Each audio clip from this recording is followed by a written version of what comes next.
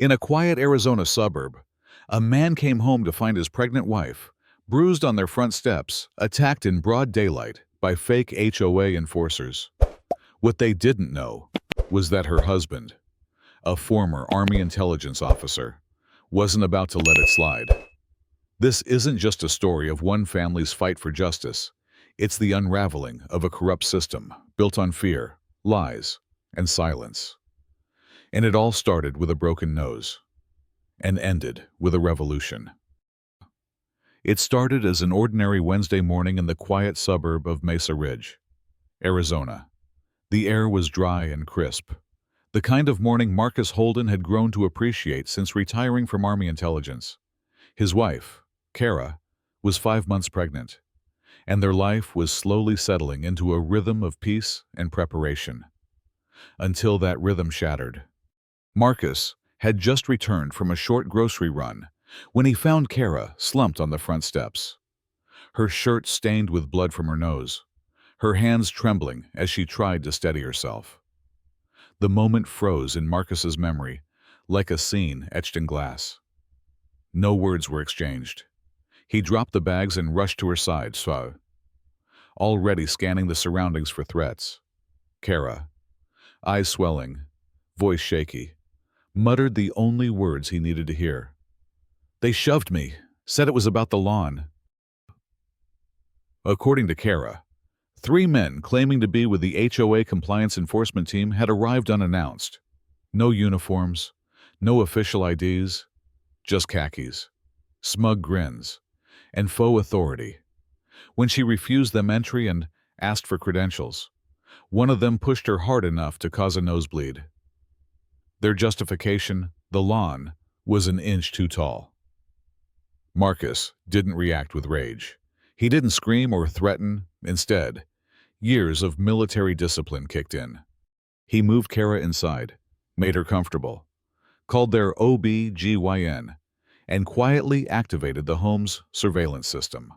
While the front camera had been blocked by a bird's nest, the side yard cameras caught just enough a partial license plate and one clear face. Marcus called Ray Morales, his old tech partner from deployment. Within hours, Ray had matched the man's face to a night security guard at a defunct outlet mall 2 towns over. Definitely not an HOA enforcer.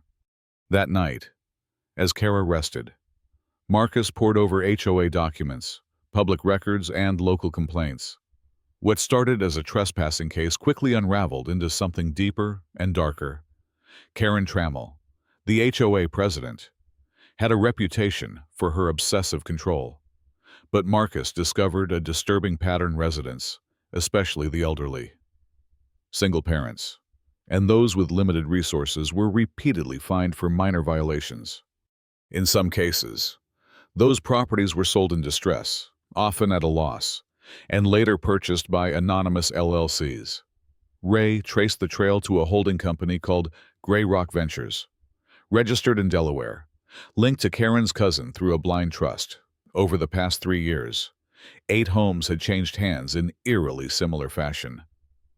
Marcus and Kara realized the HOA was being used as a weapon to destabilize property values, create fear, and profit through backdoor acquisitions. But Kara wasn't content staying in the background. From their living room, she organized all paper evidence citations, board minutes, and financial transfers. Despite her injuries, she pressed forward, driven not by revenge, but by principle.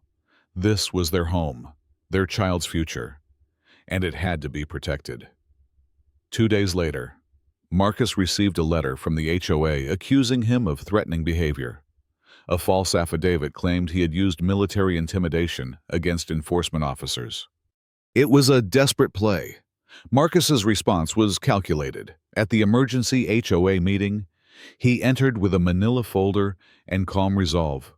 One by one, he revealed the footage, the citations, the forgeries, and the LLC connection. Karen, red-faced but unflinching, called it fabricated. But then Kara stood, 5 months pregnant, bruises still faintly visible. She held up the original violation form, the same one handed to her before she was assaulted. "This is what your silence allowed," she said softly. The room fell into stunned quiet. Then came the stories. Mrs. Delaney, an 82-year-old widow, spoke of a $500 fine for birdseed. A father of 3 testified about a foreclosure while his wife was in chemotherapy. The dominoes began to fall. The vote to remove Karen was 39-1. But Marcus wasn't done. He filed a formal complaint with the state attorney general, presenting evidence of civil rights violations and property fraud.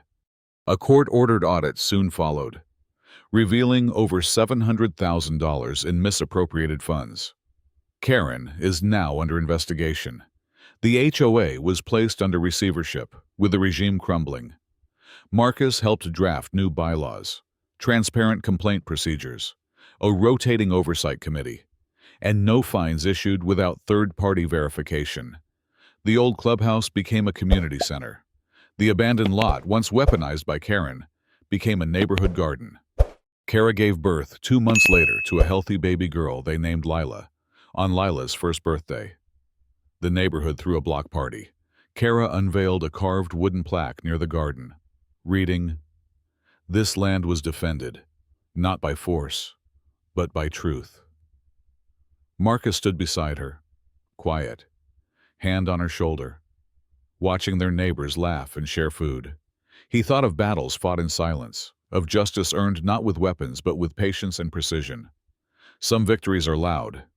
Others bloom slowly, like flowers growing from once barren soil.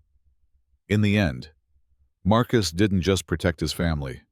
He helped an entire neighborhood find its voice, and they never forgot it.